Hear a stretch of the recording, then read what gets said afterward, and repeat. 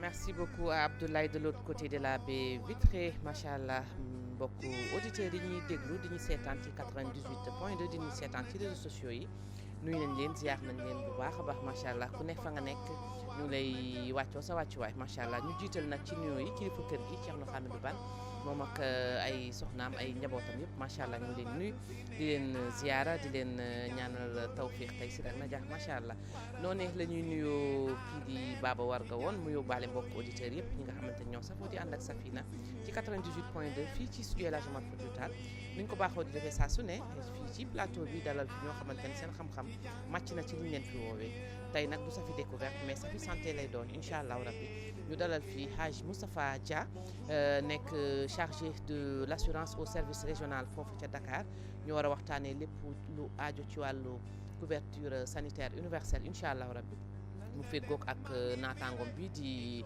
Mouhamed Ndoye di agent de promotion daañu leen dalal ci studio El Hadji Omar Foutiyou Tall laata loolu ñu nuyu les éléments de la rédaction ci njiitalu Abdoulaye Ba directeur des programmes ak tous les éléments Sini Baro ak Alioune Konté ñoo baale ñi ci des yëpp incha allah ci loolu nag macha allah le directeur des programmes au même moment technicien macha allah ñu ngi koy jaajëfal ci liggéey ak taxawaay bu rafet bu mu am ñu bàyyi kii di Hadj Moustapha Dia nga nuyu mbokk auditeurs yi ñuy déglu ci 98.2 di ñu seetaan ci réseaux sociaux yi.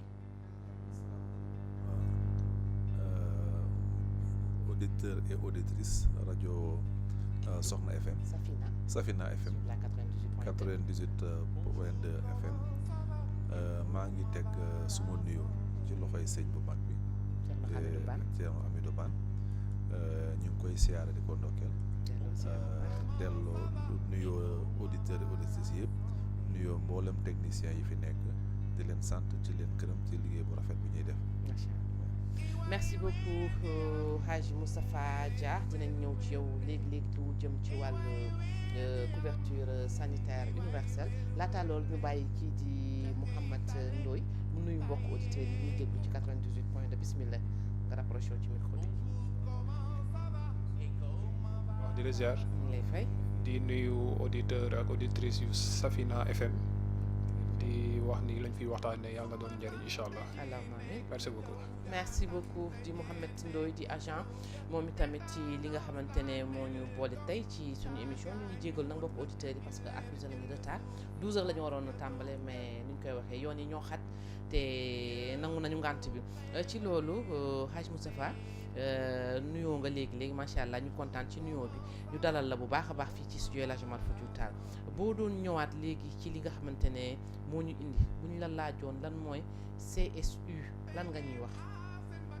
merci soxna si question bi am na solo te niñ ko koy laajee ni bëri na Sénégal saa yoo dajee nit booy waxtaan ak moom yooyu question bi dafay ñëwaat donc tey nga may ñu occasion jaakaarloo auditeurs auditrices yi gën leen a leeral donc lu am solo la te lu ñuy rafetlu la ci émission bi tamit di jéggalu nag retard bi parce que yoon yi xatoon dañu amoon même émission Caaroy donc ça fait que dañu amoon retard donc comme niñ ko waxee couverture maladie universelle la njëkkoon a tudd lan moo indi couverture maladie universelle bu njëkk ba parce que comme niñ koy waxee nguur dafa waroon taxaw ci wéru yaramu sénégalais yi ci kaw loolu nag léegi ñu xool ne ndimbalu état ci côté wéru yaram bi mu ngi ko doon jagleel fonctionnaire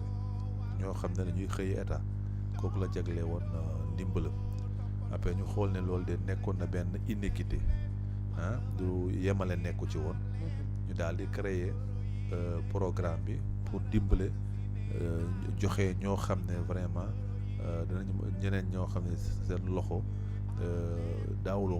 jaaw état waaw non pas que état daaw foo ne yegg donc mooy maanaam commerçant yi agriculteurs yi pêcheurs yi yeeg ouvriers yi mooy ñu nekk ci informel secteur informel ak monde rural bi donc ñooñu état daaw leen dimbale ci côté faj bi léegi état ne loolu de inéquité la il faut que ñu corriger ko bañ koy corriger ci la ñu indi couverture maladie universelle parce que boo xoolee fonctionné ñu ngi tolloon ci 20% donc 80% sénégalais yi daanaka amuñu woon dimbalu état bon yooyu la nekkoon di corriger léegi ñu ne léegi nañu faire de sorte que 80% yi tey mën see jot donc loolu moo indi idée wu CMU bi donc idée wu CMU dañ ko arrimé woon ak décentralisation donc boo xoolee Sénégal fépp commune bu ne amoon na mutuelle doo ba mu lim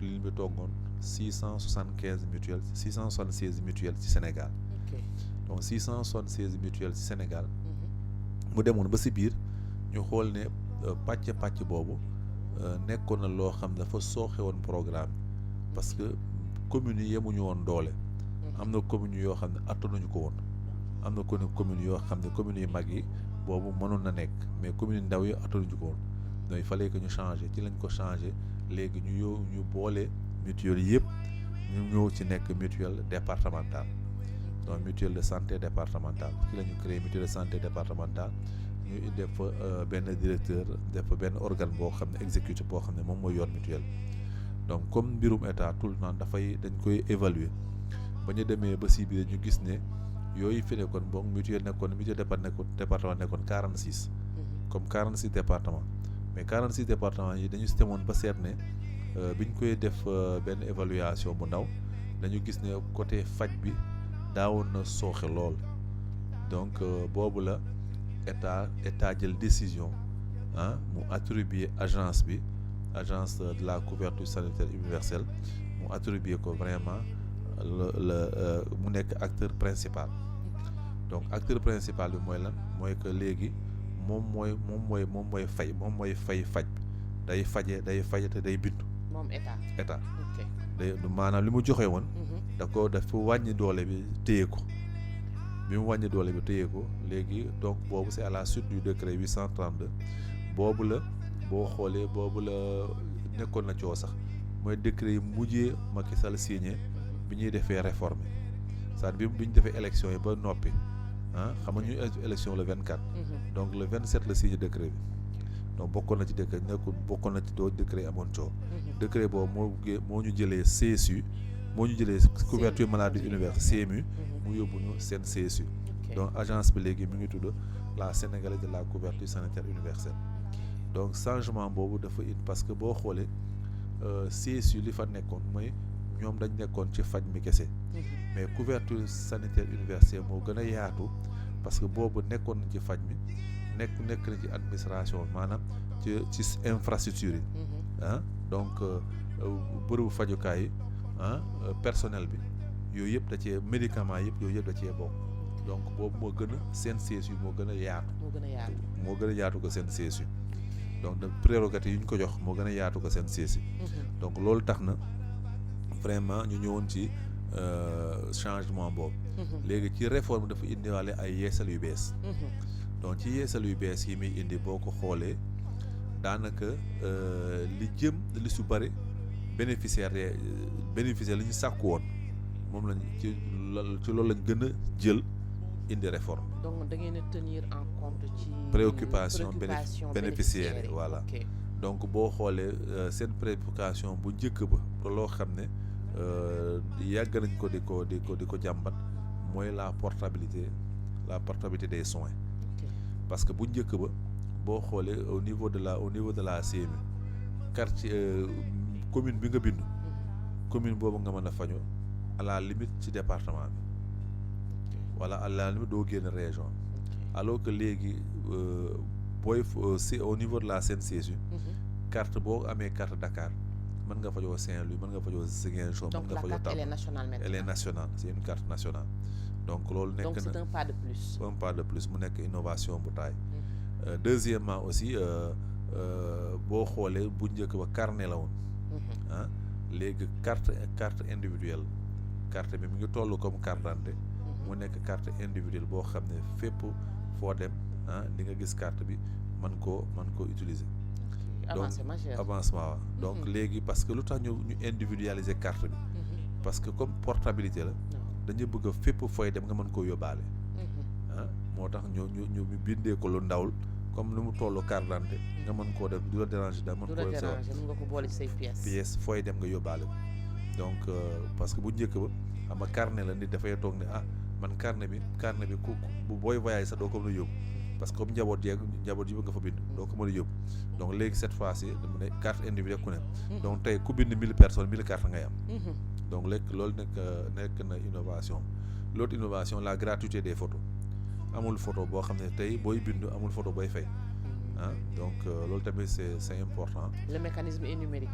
Voilà, donc c'est digitalisé également. Okay. Donc le système, on a une plateforme digitale boo xam ne moom la ñuy utiliser pour mën a kii mais deuxième autre chose encore la centralisation de la gestion parce que aujourd'hui tous les finances du Sénégal sont logées au niveau de l'agence alors que bu njëkk ba ñu ngi ko doon pàcc dans chaque département avant dans chaque commune après par la suite dans chaque département mais maintenant il y a une centralisation de la gestion et dans cette centralisation la gouvernance également est assurée parce que boo xoolee ci mode de paiement bi mode de paiement ñun aujourd'hui personne au niveau de la CNCSU koo xam ne da lay bindu nga jox ko xaalis donc tout est digitalisé on paye via les trucs monétiques. Le paiement est numérique. Le paiement est numérique. amatul xaalis xobet joxe amu fa benn agent amatul droit jël xaalis donc bu ñuy fay léegi da ngay fay via Orange Money wala via Wave noonu la ñuy fayee donc la gouvernance financière également est garantie dans le processus. Maintenant toujours dans le processus comme agent bu bëri ay tànk ñu am ñaari tànk la ñu am parce que benn tànk bi ñu ngi ko jagleel par exemple gratuité yi benn bi ñu ngi ko jagleel assurance bi donc li ne ci gratuité tamit innovation bi loolu tamit mooy plan Sésame bi parce que plan Sésame mooy mag yoo xam ne am nañu 60 ans voilà 60 ans et plus te ñu war a faju te boo xoolee bu njëkk ba ñoom hôpital kese lañ mën a faju hôpital kese lañ daan faju donc léegi mag yi mën nañoo faju par exemple au niveau dans les centres de santé te ñu ngi jëm dans les postes de santé également pour que mag yi dafa faju pour que kii bi gestion ça de santé bi bu gën a am proximité accessibilité voilà ak mu gën a accessible pour que saa yoo jógee nga bañ a dox lu sore pour dem faju et puis deuxièmement day tax nit ñi di mën a teel a jóg pour mën a faju ñu bañ a taayal voilà di dem faju parce que bu njëkk ba di nga gis koo xam ne maanaam dafa nekk ci benn département boo xam ne bu bëggee faju bëgg ba bénéficier plan Sésame bi day obligé paas boo ñëwee paas xam nga léegi am na ñoo xam ne mën nañu gan am na ñoo xam ne mënuñu gan surtout man ganu malade donc loolu tamit nekk na découragé na ñu bëri yoo xam ne finalement dañuy mujjee ne xaaral ma jàpp yàlla toog du ma faju ma dem naan reen yi et cetera donc mais bu dee plan Sésame dañ ko décentraliser jusqu'au niveau des postes de santé donc dafa di loo xam ne vraiment day tax ñi ñëpp gën a ñeme faju te mën a faju voilà donc loolu innovation yi la yoo xam ne yooyu mooy yeesal yu bees yoo xam ne ñu ngi leen fi teg pour que au moins léegi mu am soppite yu bari yoo xam ne tey waroon ko mu cee mën a def pour ñu mën a faju macha allah pour ñu mën a faju bu ñu waxee réforme CSU lan la ci sénégalais yi war a jël jàpp ci concrètement liñ ci war a jàpp loo xam ne mu am te am solo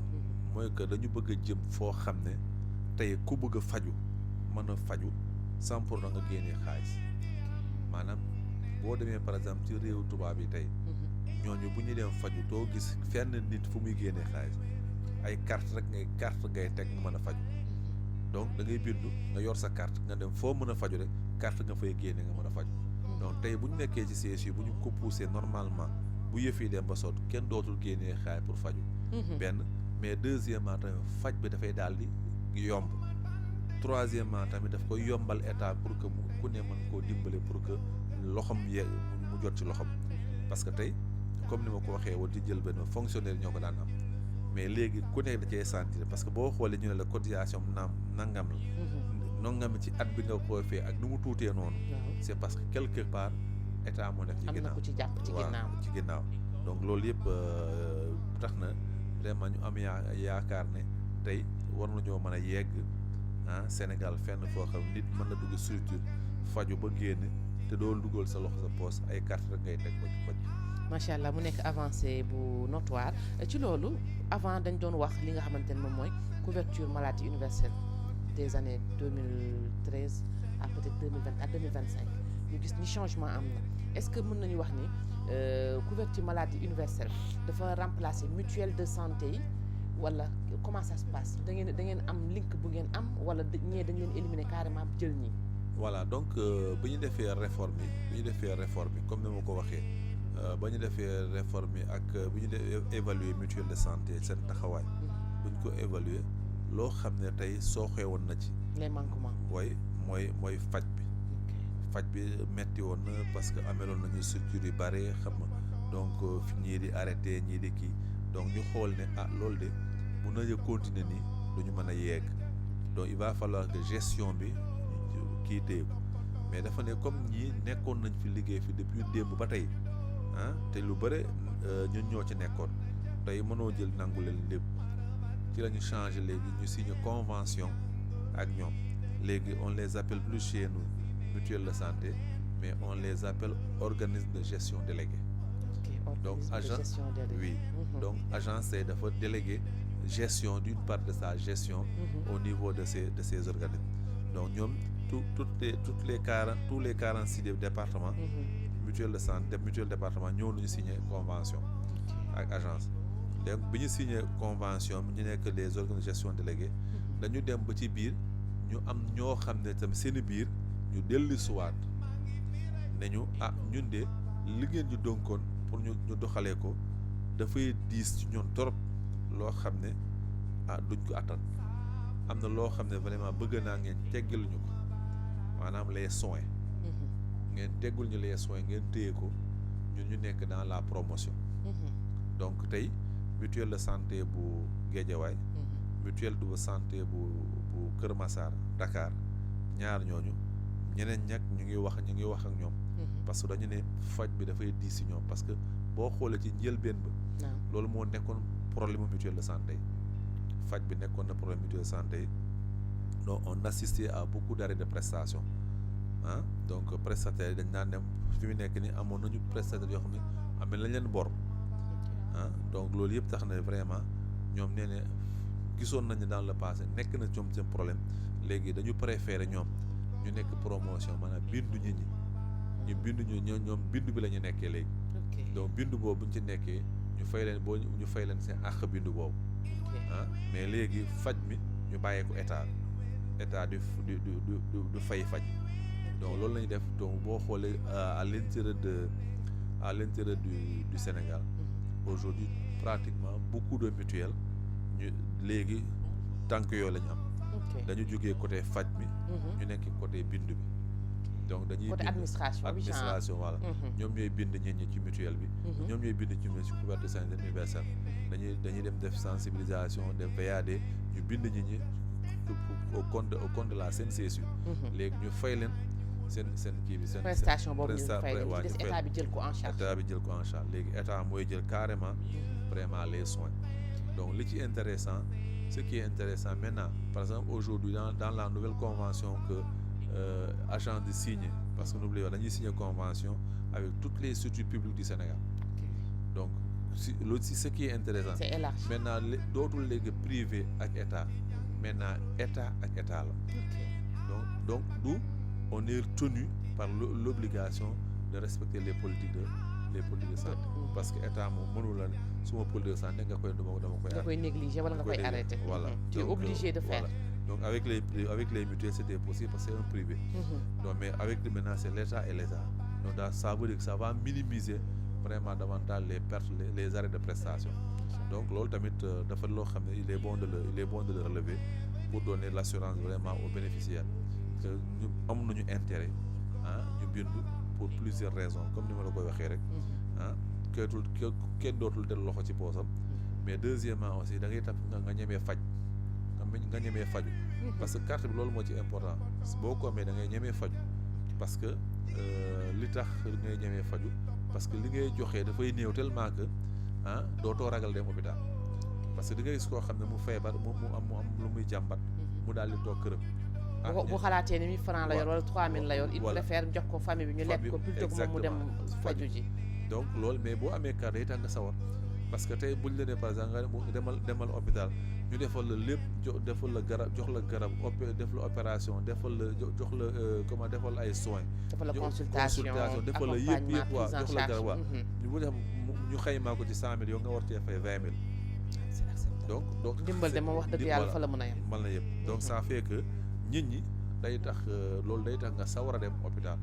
te feebar comme ni ñu ko waxee teel see jóg nga man ko nga yéex mu man la.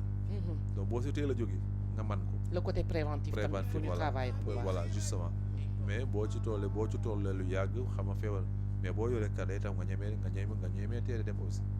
donc ñemee teel a dem boobu day tax vraiment mu waar la ñu mën a circoncis sa maladie et puis day tax diagnostic bi ñu mën koo gën a pousser. parce que bu dee tey patient bi da ngay gis médecin boo xam day bind benn patient. bu ko xool du ñemee xuus trop ci recherche maladie bi. parce que dafay ne damay gaañ poosam. bu ko warloo def loo ay bilan ak ñoom seen exactement donc du mën a def yooyu yëpp day ne da koy yemale ci benn ñaar ñett alors que tey bu amoon carte bi mën na gën a pousser diagnostic bi. pour que mën a xam exactement yow lan mooy sa feebar. parce que sinon da ngay def di defaat ba finalement day compliqué nit ki mais boo ñëwee tey ñu mën laa defal un bilan le même jour. donc ndimbal doublement lay doon médecin bi day gën a nekk à l'aise pour diagnostiquer généralement patient bi aussi tamit dafay nekk à l'aise parce que da koy leer ne carte bi mu yor daf koy dimbale luñ ko fi laaj dinañ ko mën a gérer voilà exactement loolu moo tax bindu bi am solo trop daal. macha allah dinañ ñëwaat ci bindu bi ku wax réforme wax promotion pour que nit ñi mën a xam le pourquoi du comment pour ñu mën a intégrer ñu toog ak ki nga xamante ne moom mooy Ndoye di agent de promotion Mouhamed nuyuwaatal bokk auditeurs yi nga wax ma seen liggéey ça consiste à quoi yéen en tant que agent de promotion. waaw di nuyuwaat auditeurs yi di présenté wu Mouhamed Ndoye agent de promo ñun suñu liggéey mun naa ni si ñaari pàcc la bu ci njëkk mooy def promotion programme bi sensibiliser les personnes pour ñu mën a adhérer programme bi aussi suñu beneen bi maanaam ñooy def enrôlement yi képp ku bëgg bind Sénégal ñun agent de promo ñun ñoo lay enrôler pour nga mën a jot sa carte su ma ñëwee si première bi muy sensibilisation bi agence dafa am nu mu organiser woo maanaam région boo dem am nañ fa lu ñuy wax ay service régional yooyu noonu dafay am ay ndaw ñu lay wax agent de promo ñoom bépp sénégalais bi nga xam ni bëgg nga faju ci lu yomb ñoom ñu ngi ci marché yi ñu ngi ci hôpitaux yi ñu ngi ci centre de santé yi di def ay VAD pour képp koo xam ni peut-être sénégalais nga pour ñu mën la sensibiliser pour nga mën a jot ci paj mu yomb bi. su dee carte yi aussi ñun ñoo koy defar ñun maanaam ñu ñoo koy enrôler quoi. avant ñu yegg ci carte yi ak enrôlement bi ku nekk xam na ni sénégalais du nit koo xamante ni da nga ñëw rek approché ko mu nekkul nit koo xam dafay am approche facile. Sur le plan sensibilisation approche bi quelles sont les techniques yi ngeen utiliser pour que mu ngeen mën a convaincre nit ki mu adhérer à la cause. waaw loolu début bi amoon nañ ci problème bu ñuy soog a ñëw amoon nañ ci problème mais fu programme bi toll actuellement nii je pense que mooy sensibiliser sax boppam. ndax soo xoolee nit ñi ñu ngi ñëw en masse pour ñëw adhérer gars yi ñu ngi ñëw carrément quoi pour ñëw adhérer. donc technique de di ngeen utiliser pour convaincre les gens ñu ñëw c'est une formation boo leen def renforcement de capacité bu leen agence bi defal comment ça se passe. waaw def nañ formation bi. soo xoolee agent yi yëpp agent de promo yëpp am nañ benn technique boo xam ne moom la utiliser ñëw waxtaan ak ñi nga xam ne bëgg ñoo bindu. par exemple suñu demoon ci marché yi dañuy ñëw indi ay flyers. waxtaan ak ñi nga xam ne ñoo fa nekk. wax leen njëriñu programme ndax njëriñu programme kuñ ko wax je pense que di nga pare pour bindu si. ndax carte boo xam ni soo ko defaree 80% lañ lay jël en charge. je pense que loolu koo ko wax dina doon loo xam ne njëriñ lay nekk ci moom. pour mun a ñëw bindu si. ok 80% lay jël en charge loolu d'habitude ñan ñooy gën di bëri di adhérer ci yéen tournée yi ngeen def marché yi ngeen di dem. comme lu ko suñu sama naataangoom bi waxee sànq. ñun dañoo am cible suñu cible mooy ñu nekk ci monde informel bi ak monde rural bi. et que si képp koo xam ne bépp Sénégal boo xam ne amoo couverture rek suñ la ko waxee dina nekk loo xam ni da lay intéressé. et que da ngay bëgg adhérer. léegi da ngay bëgg a adhérer étape enrôlement yi naka lay demee. bu nit ki bëggee adhérer comment ça se passe naka lay def ba am cartam. procédure bi mu war a jaar. loolu nekk lu compliqué yomb na suñ ñëwee su benn nit ñëwee bëgg a adhérer. li ngay njëkk a def mooy il faut nga am carte d'identité ou bien extrait de naissance su dee xale la loolu c'est obligatoire soo ko amul aussi mën nga am passeport loolu soo ko amee bind la du nekk lu jafe aussi ku ñuy bind dañuy soxla photo ndax carte yi day am photo. loolu daal su ko nit ki amee rek du nekk lu compliqué loo xam ne peut-être mën nañ laa bañ a bind quoi. du nekk lu compliqué pour ñu mën laa bind ci loolu enrôlement bi ba tey. parce que il faut nga expliquer ñi nga xamante ne ñoom ñoo nekk au bout du fil ñu mën a xam procédure bi exacte c'est comme wax nga léegi nee nga il faut que nit ki am pièce d'identité wala bu mënul am pièce d'identité mu am extrait de naissance plus une photo wala du noonu. plus une photo. la photo elle est gratuite sans que waaw kii wax na ko la photo elle est gratuite loolu yëpp c'est des précisions yoo xamante ne des précisions de taille parce que. toll nañ foo xamante ne ci jamono nit ñi boo leen di woo pour ñu adhérer à une chose moins ça leur demande de l'argent mieux ñoom ñu gën a mën a adhérer foofu tamit nan lay demee da ngeen di yokk ay photo wala da ngeen di am organisation boo xamante ne comment ça se passe sur le plan numérique pour que nit ki ñëw toog tey ji nga dajeeg man ci mbedd bi man la man dama bëgg a bokk yaa ngeeg sa appareil comment ça se passe da nga may jox rendez-vous da ngay jël sama numéro naka lay demee. su dee information yi mi ngi maanaam ku ñuy bind am na carte d'identité ou bien extrait de naissance wala passeport. loolu mën nañ la bind si moment boobu. ndax lu ñuy soxla nekkul compliqué. ñun fépp fu ñuy dem soo xoolee dañuy yor suñu tablette dafa am tablette boo xam ne moom la ñuy enrôler suñu amee information sa filiation juste photo la je pense que nekkul lu compliqué loo xam ne mën laa bind si saa si quoi. soo ko amul moom it dina jox suñu numéro téléphone. soo ñibbee képp koo xam ne bu nga koo bind. nga dajale information yi soo ñu ko envoyé via WhatsApp aussi mun nañ ko bind. mun nañ ko enrôler. macha allah merci beaucoup di Mouhamed Ndoye di agent de promotion bi nga xamante ne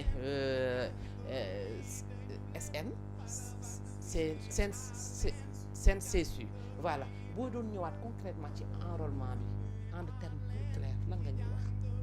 ok l'enrôlement ça consiste d'abord mooy loo xam ne processus la boo xam ne ça te permet ñu xam ne yow bindu ko ah ça te processus boo xam ne dañuy permettre yoo xam ne yow bindu ko léegi ci naka ngay bindoo je crois ndaw ñëw na si d'abord comme dañ koo jagleel képp koo xam ne dafay yeewoo Sénégal c'est-à-dire du sénégalais kese mais képp comme fii lay yeewoo mu nekk sénégalais moom mu nekk gan léegi différence bi ci fay bi la nekk donc différence bi fay bi la nekk parce que tey bu dee étranger nga da ngay adhérer 1000 francs nga fay cotisation 7000. bu dee étranger nga. bu dee étranger bu dee sénégalais nga da ngay fay 1000 francs nga fay cotisation 3500. ok léegi sénégalais bi lu tax sénégalais di fay 3500 lu tax étranger bi di fay 7000 francs c'est parce que sénégalais bi ku waxoon nañ ko ci njëlbeen que état da koo bëgg mu jot ndimbalam. moo koy gàddul. voilà léegi li ci manqué noonu ci cotisation bi état moo koy fayal donc cotisation bi de manière générale 7000 la. ok bu jaaroon yoon fekk amul subvention c'est 7000 francs. ok léegi donc état mooy subventionné moitié bi yow nga fay moitié bi donc 3500 nga fay état fayal la 3500. donc léegi 1000 francs mooy adhésion donc la délivrance de la carte elle est en fait gratuite. boo ñëwee adhéré carte bi dafay gratuite dañ la koy jox. gratuitement mais bu réeree da ngay fay. bu réeree da ngay fay carte bu réeree da ngay fayaat. da ngay fay 5000 francs. da ngay fayaat. da ngay fay 5000 francs. 5000 waaw ok da ngay fay 5000 francs pour ñu defaraat la carte. ok donc loolu tamit mais léegi ci processus bi. comme ni ma ko waxee donc plateforme la comme ni ko tablette la xale yi yor les agents de promo ku ne dafa yor tablette am. donc boo ñëwee dañuy jël sa information yëpp à partir de ta pièce d'identité dañuy sa information prénom et nom adresse numéro téléphone numéro CNI yëpp la ñuy bind. bu ñu ko bindee yëpp ba pare après ñu jël sa carte d'identité ñu photo ko recto verso. bu ñu ko photo recto verso ñu photo la yow tamit comme je te dis la photo elle est gratuite. dañ la cee photo. bu ñu la photo ba pare. ñoom à l'aide de leur tablette ci lañ lay photo. ok léegi bu ñu la photo ba pare léegi après nga fay Wave ou Orange Money. ok boo fayee Wave ou Orange Money donc sa facture boobu dañ koy capturer dugal ko sa dossier.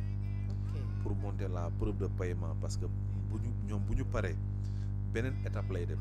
donc étape bi bu ñu jëlee information yi bu ñu ko valider beneen étape lay dem day ñëw léegi au niveau du service régional. léegi fay boobu noonu pour ne pas balaa ñuy dem pour ñii di déglu ñu mën a comprendre c'est les 3500 ngay fay ak les 1000 francs wala 1000 francs yi kese ngay fay 3500 beneen étape la. non 4500 wala les deux vont de pair. non les vont de pair 4500 ngay fayandoo. benn yoon bu dee benn nit la. 4500 bu dee da nga bëgg fas yéene bind sa bopp bind sa njaboot. yow da ngay fay 4500 sa njaboot koo ci tegle rek 3500 nga koy tegal. comme léegi boo ko fayee noonu ba pare. léegi ñun dañuy loo données boobu yëpp boo ko validé service régional lay ñëw. de Dakar transféré ko waaw donc boo ko ba bu ñëwee foofu. ñoom tamit dañuy jël dossier bi traité ko. xool est-ce que tour bi nekk ci carte d'identité moom moo ci nekk moom moo nekk ci la agent bi bind.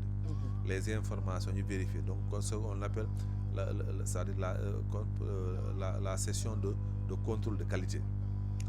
donc bu ñu defee contrôle de qualité ba pare bu ñu xam ne information yi yëpp yemb na ñu daal di ko yónnee au niveau de la direction générale. donc direction générale dafay vérifier les pièces. est-ce que nit ki ok information c'est ok mais est-ce qu'il a payé. bu ñu gisee ne fay na ñu door ko immatriculer donc parce que immatriculation bi ci liñ ci jublu mooy ko léegi dañu bëgg comme carte d'identité nu mu mel képp koo xam ne sénégalais na ku nekk am benn numéro boo xam ne moom moo lay topp sa diir dund parce que jeexital bi mooy que dafay am demee benn entrepôt de données. ok banque de données lay doon. ku nekk sa numéro personnel la voilà parce que foofu. warul am doublon du am doublon et puis ça permet tamit ku am par exemple imputation budgétaire. doo ci mën a bindu comme am IPM doo ci mën a bindu parce que boo xoolee. état. ñu ngi waxoon ci njëlbeen ba ne da doon dugal loxoom pour dimbale fonctionnaire donc bu fonctionnaire bu ñu fi ñëwaatee bindu tamit. xam nga donc état il gagne doublement. voilà état paye deux fois. donc état paye donc bu ñu defee entrepôt de données yi parce que ñoom pare nañu. léegi fi mu nekk ni IPM lañ nekk di xaar ak imputation budgétaire pour que ñu indi seen données ñu boole données yi mu nekk benn entrepôt de données boo xam ne ñëpp foofu la ñu nekk. mu am traçabilité. donc ça fait que au moins la gestion parce que comme on dit. le défi majeur aujourd'hui au niveau de la du succès de la couverture ça dépend aussi. vraiment de la disponibilité financière. Parce que la santé ça coûte cher. Donc ça a un coût. Et derrière aussi il y a beaucoup de doublons yoo xam ne l'État paie doublement. Donc si on fait ce toilettage ça fait qu'au moins quelque part on est en train de gérer. Ça réduit les dépenses et aussi daf leen yokk financièrement. ngeen gën a mën a dem. On est en train de gérer les ressources de l'État. Donc yooyu c'est des choses yoo xam ne c'est important de les noter. Pour que ñi xam ne derrière li ci ñu jublu ci par exemple ci immatriculation. donc loolu dafa am important donc bu ñu immatriculé donc foofu la ñuy bëgg a jëm suba donc après l'immatriculation maintenant on vient à la phase de tirage des cartes donc bu ñu tiré cartes yi ba pare après si lañ ko soog a mën a nit ki mën koo jot donc boo ko jotee tamit amoon na benn période d'observation boo xam ne parce que période d'observation bi un mois la. ok donc ça prend du temps diggante enrôlement beeg. non mën na bañ a del temps. parce que carte bi mën nañu ko jox pas le même jour. ok mën nga def inscrire tey nga jot sa carte tey mën nañ ko def. ok mais ñun boo gisee duñ ñu sawar a def loolu parce que période d'observation. parce que képp koo xam ne jot nga ci carte bi normalement carte bi ci un mois waroo cee mën a faju moom la ñuy période d'observation. par mesure de précaution et de prudence. moo tax ñuy téye carte ba weer. voilà léegi pour ki nga xamante ne peut-être. je dirais pas que mal intentionné peut-être nga xam ni tu as une certaine maladie boo xamante ne ça te coûte cher nga ne xaaral ma dem ci. ma bindu pour mën a bénéficier wu mën a dimbale sama bopp. kooku naka ngeen di def ak moom. voilà moom laa lay wax ne c'est-à-dire loolu moo tax léegi du bindu tey faju tey mu mënoo ko def. ok bindu tey faju tey mënul nekk. mënul nekk pour tout le monde. pour tout le monde. ok loolu moo tax la période d'observation 2 mois il faut nga respecter ko. parce que man dama daan saa yu ma toogee suma bureau. nit daw ak ñaxam ñëw ne ma fan la ñuy bindu CMI dama bëgg a bind dama koy ne ana malade moom moo fi indi mi ngi hôpital moom moo fi indi. ok damay xam ne kii malade a taxoon mu ñëw. te ñu mel noonu ci lu bare bu ñu bindoo tamit bu malade bi tane. wala lu pare nañ ci doo ci ñëwaat. alors que principe mutualité mooy que ñu wér ñooy faj ñu wérul. parce que boo xoolee 3500 mënta jënd ordonnance. déedéet ñu ne la 3500 nga fay ko at bi yëpp. benn yoon nga koy fay ci at bi donc ça veut dire que xaalis ñoo xam ne mës feebaruñu. seen xaalis la ñuy mobiliser. faj ñu feebar léegi bu dee dañu dem bind ñëpp feebar kon xam ne li ñuy bëgg mënuñ cee jot. donc aspect social mën na ci am mën nañu wax ni. voilà parce que ki nga xamante ne mën na inscrire mën na ko bañ a soxla mën na ko bañ a jariñoo. exactement mais mu def ci xelam ni moom bu ko jariñoowul beneen nawle mën na koo jariñoo. exactement parce que moom la ñuy wax ni parce que ñu loolu la ñuy wax très souvent bu ñu poser question ñi ñu mais lu tax ñu bëri dugguñu dañu ne ñu wala lu tax ñoo xam dañuy bind ba pare dootuñu ñëwaat booy def analyse de données. da ngay gis koo xam ne da ngay bind après da ngay gis par exemple da nga bind 50 personnes. ren nga gis boo def at bi dellusiwaate nga gis 40 nga cee jot. ñooñu dañuy wax ne parce que manque de culture mutualiste parce que li ñuy wax manque de culture mutualiste manque de solidarité la parce que fii comme ni ma ko waxee principe bi mooy que ñu wér ñooy faj ñu wérul loolu mooy principe bi donc ça fait que bu loolu moo tax cotisation bi sax néew ni mu néewee noonu parce que nga xam 3500 nga fay ko ci at bi yëpp xam ne 3500 fasul kenn parce que kenn nit benn nit ñaata 3500 lay def bu dee par exemple 100 000 francs loolu fay mu fay ñu xool ko ne 100 000 francs moom mu fay si 20 000 francs léegi 80 000 francs ñaata 3500 moo fa ne ça veut dire que 3500 bu ne koo xam ne ñu wér seen xaalis la jël ñu faj ñu wérul donc loolu mooy donc il faut tamit côté boobu yéen de votre côté ngeen def une sensibilisation nette bu ko defee ñi xam parce que am na ñoo xamante ne defuñu parce que dañoo xamul mais bu ñu amee information bi war rek war nañoo mën a réagir. oui non parce que li nga wax am na solo parce que yow da nga koy gis ci lu bari ñoo xam ne xam nga ñun par exemple bu ñuy bind suñu xel mi yëpp dafay nekk kaay leen dugg mais ñu dugg du ñu daal di souvent keesu seen problème donc dañu tombé benn cabinet boo xam ne dafa woote benn daje boo xam ne ñëpp ñoo xam ne ñu ngi ci biir lañ leen woo di leen laaj seen problème lan la. ñu nekk ci biir ba pare. waaw dañ leen laaj yéen boo leen yéen yëg fii ba léegi lan ngeen am comme problème boobu mu ngi ma fekk en fonction à Ziguinchor.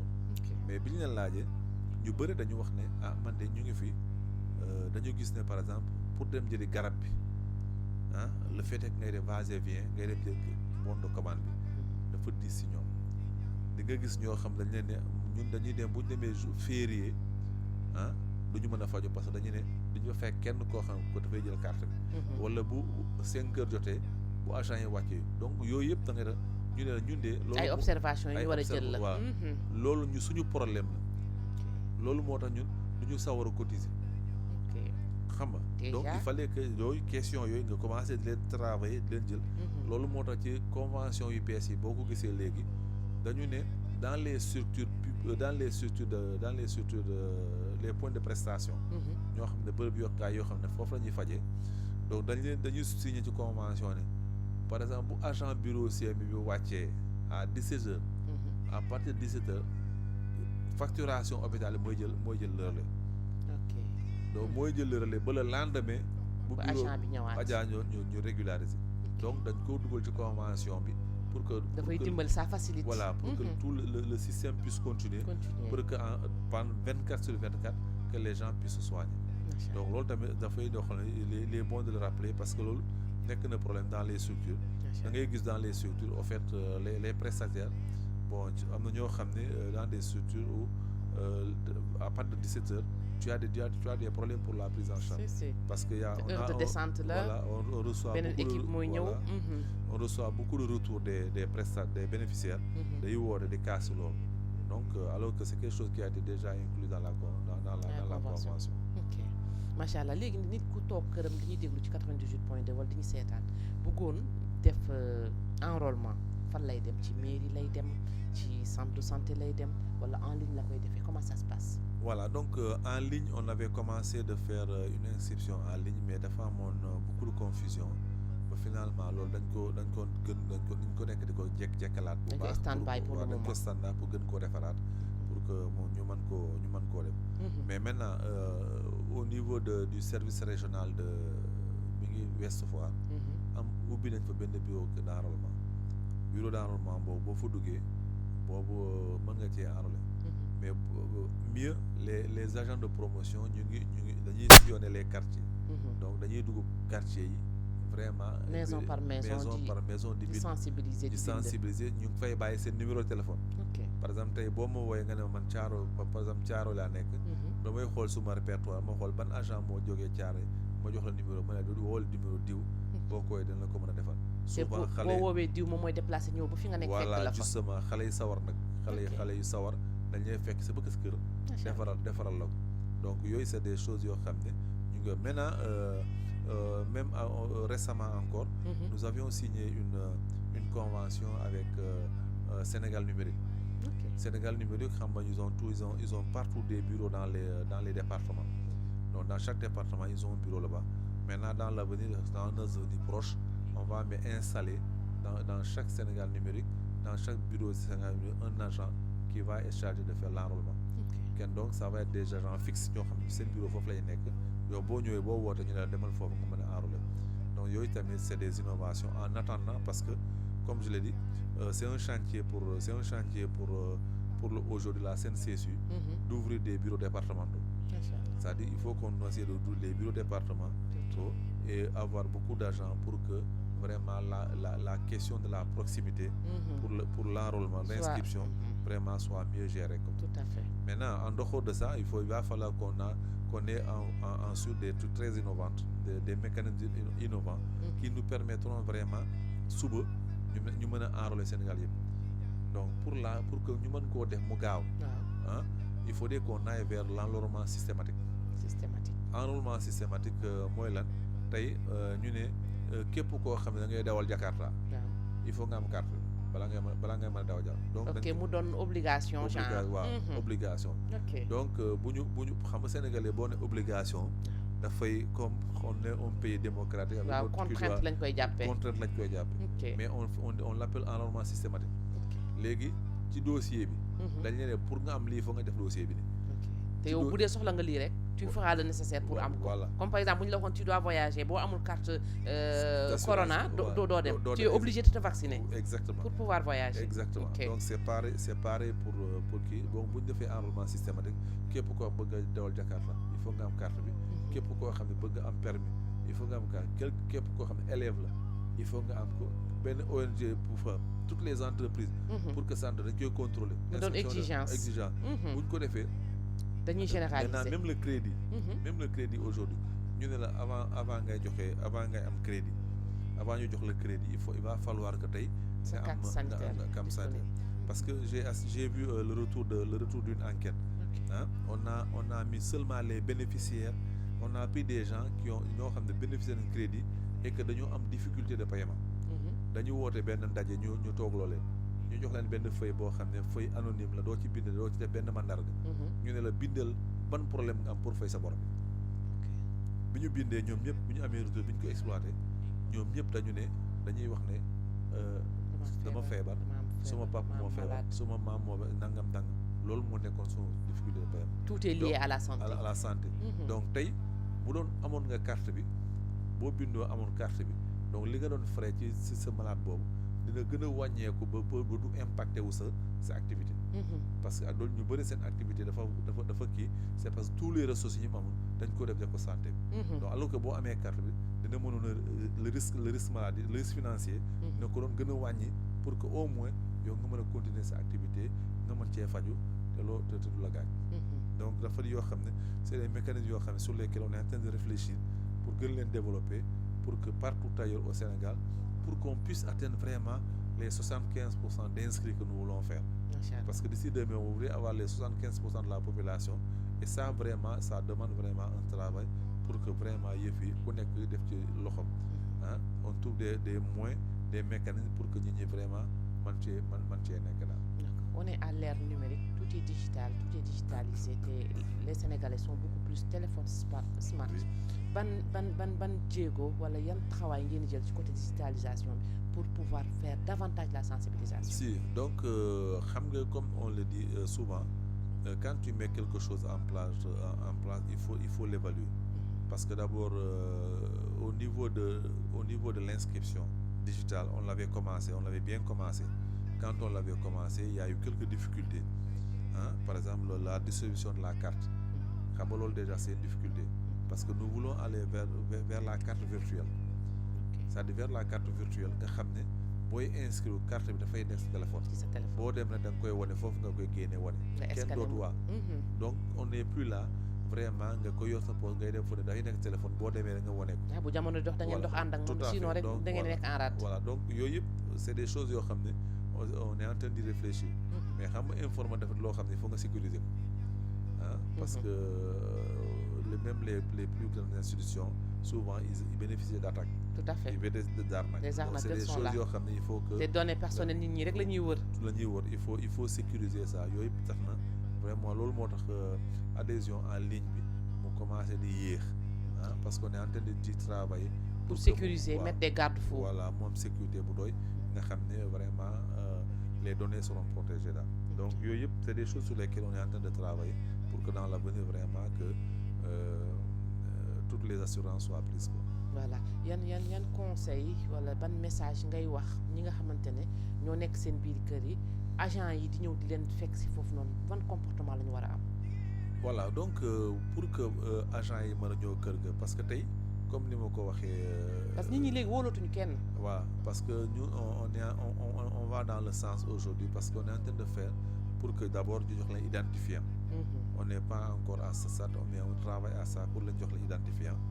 Mais deuxièmement aussi boo gisee ñu indi la gouvernance financière c'est pour rassurer nit ñi ne kii ñëw toog sa kanam nii ah ngay fay joxuloo ko xaalis ci plateforme nga koy fay donc ça veut dire que est-ce que kii am na intérêt di dox kër a kër pour mën a jël xaalis donc ñoom il faut ñu am information agent bii di ñëw si ñoom amul benn yoon bu muy jotanteeg ñoom xaalis bu fay waree am par via lay doon waaw te c'est sécurisé waaw ci plateforme bi nga koy sécurisé donc loolu c'est des choses yoo xam ne agent bi bu demee sur le da la koy présenter pour te rassurer que man mi ngi def opération bi ni kii moom parce qu'on a vu des gens ils appellent les gens ne yónnee ma web bi ma renouveler waaw surtout des arnaqueurs waaw arnaqueurs yi ils ont commencé on les a même identifiés voilà donc dañuy toog ne yónnee ma web bi ma kii leen parce que y a des gens ñoo xam ne dañuy enregistré numéro yónnee ko agence après nous on essaie de les traquer donc c'est des choses yoo xam ne moo tax affaire digitale il faut être un peu prudent. Maintenant les agents ils vont vers dans les concessions pour maintenant ce qu'on demande aux populations c'est de les accueillir de les écouter parce que li ñu leen wax seen njëriñ la seen njëriñ lañ leen di wax donc pour éviter un peu ce qu'un vieux m'a dit quoi tubaab daal moom day toog suba ba ngoon li muy xalaat daal day xool li mu mën a jëlee ci baadoolo loolu mooy xalaatoo donc alors que moom bi c'est contrairement à ça si c'est pour vraiment la prise en charge sanitaire tout ça c'est des mentalités yoo xamante ne suñuy parents am nañ ko donc il faut le maximum de sensibilisation pour que ñu génn ci carcan boobu ñëw fekk ci leen ci li ngeen nekk voilà donc c'est important que ñu bàyyi leen xel déglu leen parce que li ñuy wax ni buñ ci duggee suba vraiment seen jëlee et puis ils vont aller avec l'air du temps parce que l'air du temps comme ni nga ko waxee tey tout est digital voilà donc dañuy egg yenn fenn foo xam ne suba boo ci nekkee vraiment day tax day yombal mbir mi waaw sinon rek dafay nekk un éternel recommencement et c'est pas intéressant voilà Mohamed en tant que agent de promotion ngeen war a dem di fekk ji nit ñi ci biir kër yi boo amoon benn message booy lancé ñi nga xamante ni yow yaa ngi leen di fekk si lan nga leen di wax pour que ñu gën a mën a yaatal yoon yi boo leen ñëwee ngeen mën a def seen liggéey aisément. waaw lu leen wax rek mooy nañ ñu déglu suñ ñëwee rek yaatal ñu que ñun lépp luñ fay ñëw di wax rek seen njëriñ la expliquer leen programme bi aussi di wax mën nañ organiser wu ñoom ñoom suñu organiser woo waxtaan ak suñuy kilifa.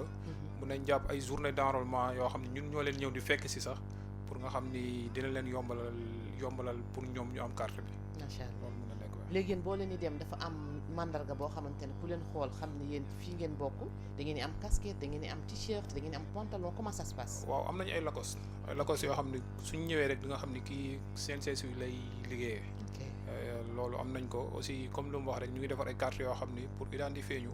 yooyu aussi gars yi ñu ngi si quoi. macha allah en tout cas ñu ngi leen souhaiter bon vent. merci incha allah beaucoup très bonne chance pour cette mission incha allah. merci beaucoup. voilà ci loolu kilifa gi le mot de la fin boo doon wax un message pour que les Sénégalais viennent adhérer à la cause lan nga leen di wax. voilà donc maanaam leen balaa may yegg soo processus de soin bi parce que lu am solo la parce que di nga gis koo xam ne dafay jël carte bi mu dem hôpital bu demee hôpital ñu ne que non doo mën a faju mu ne de waxuñu ma lii ok alors que wala nga gis koo xam ne bu jël ordonnance am dem dugg pharmacie du noonu lay demee. déedéet du noonu lay demee naka lay demee. voilà donc tey carte bi boo ko amee nga war a faju da nga war a commencer ci poste de santé wala centre de santé. ah ok on commence par le bas. oui. ok doo xëy rek dem hôpital Fann naan damay faju. déedéet ok da ngay commencer ci poste de santé wala centre de santé c'est-à-dire pyramide sanitaire bi il faut nga respecter. obligatoirement il faut nga respecter pyramide sanitaire bi sauf en cas d'urgence te l'urgence c'est une personne assermentée qui le définit. donc médecin moo la définir li urgence la.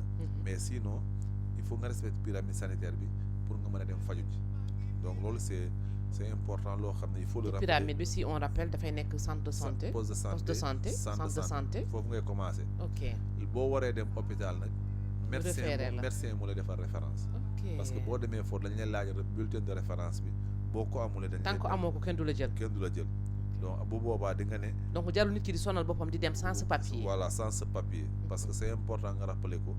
deuxièmement par rapport à la pharmacie booy dem pharmacie tamit du pharmacie yëpp la ñuy signer convention. am na ñu ci bokkul. donc balaa ngay dem foofu il faut nga demaat bureau CMU donc bureau CMU mi ngi centre de santé bi wala mi ngi ci hôpital bi il faut nga dem foofu mu jox la bon de médicament. parce que booy dem ci pharmacie. am na ñetti yoo xam ne il faut nga yóbbaale ko. il faut nga yóbbaale sa carte bi. il faut nga yóbbaale sa ordonnance. il faut nga yóbbaale bon de commande. te boo yóbbee la carte l'ordonnance ak bon bi. muy ñett yooyu nga am importance. waaw il faut nga yóbbu ci pharmacie. boo yóbbu ci pharmacie ci lañ lay jox garab.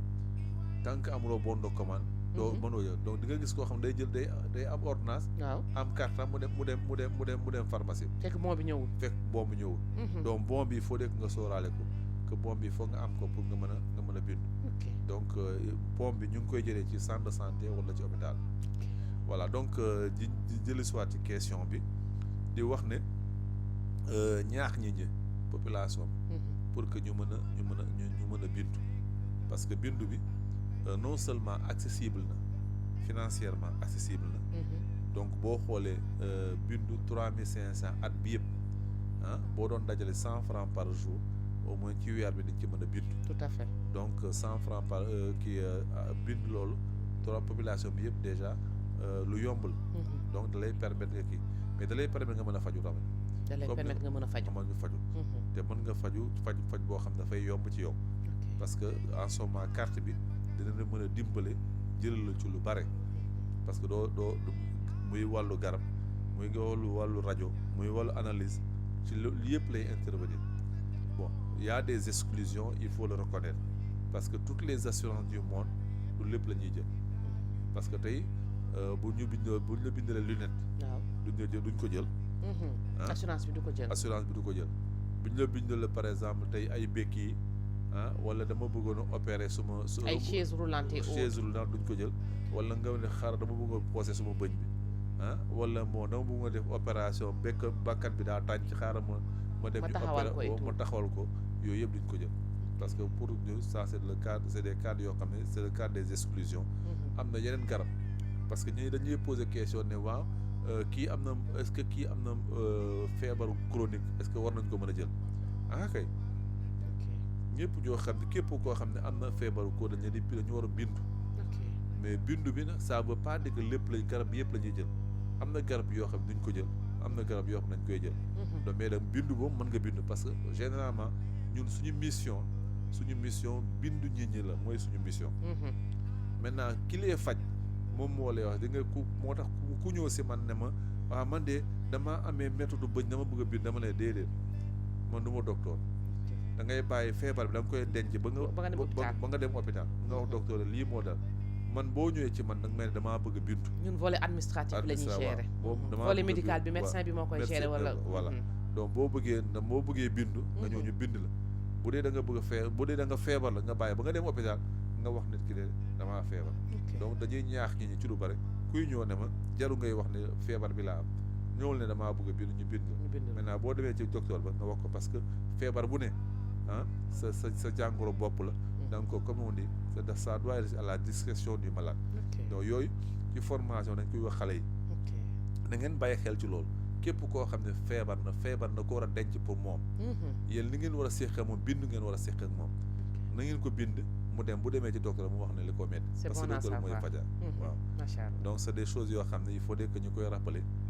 di ñaax bu nit ki bëggee contacter leen comment ça se passe yan numéro am ngeen ay numéro vert wala. waaw am na numéro vert mais numéro vert bi dafay processus bi dafay kii parce que direction générale la nekk direction générale ñu lay orienté bi nga dem couverture nga dem service régional.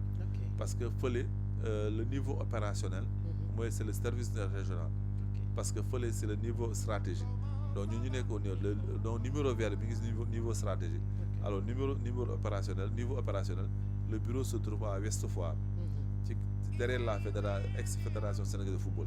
foofu la bureau bi nekkee donc foofu dañ fay bind du lundi au vendredi boo fa ñëwee de 8h à 17h agent yaa ngi foofu lañ la mën a bind. maintenant comme je l'ai dans les quartiers également boo wootee téléphone par exemple man ci lu bëri dañ may woo ku ma woo dama lay xool fan nga dëkk ma xool suma répertoire ban agent moo gën a jege ma jox la numéro téléphone boobu. nga woote mu bind la. macha allah merci beaucoup Hadj Moustapha. yokk si lu ndaw rek. Ahmed oui que centre de santé boo dem. am nañ fa agent de bureau. agent de bureau yooyu soo leen laajee numéro agent de promo boo xam ne moom moo nekk aux alentours. dinañ la ko jox aussi pour mu ñëw bind la ko. macha allah loolu am na solo. looy tàggoo.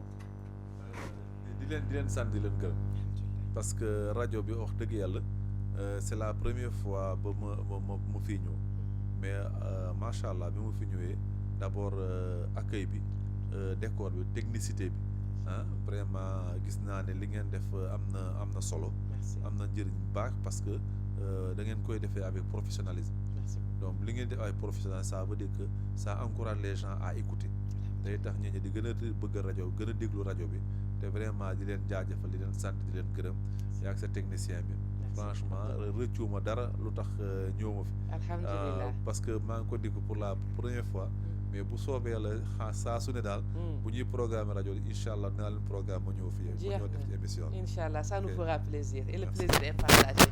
merci beaucoup c'était Moustapha Dia mu nekk chargé de l'assurance fële ci service régional bu Dakar ñu doon waxtaanee tey seen CSU maanaam lépp lu jëm ci wàll couverture sanitaire universelle.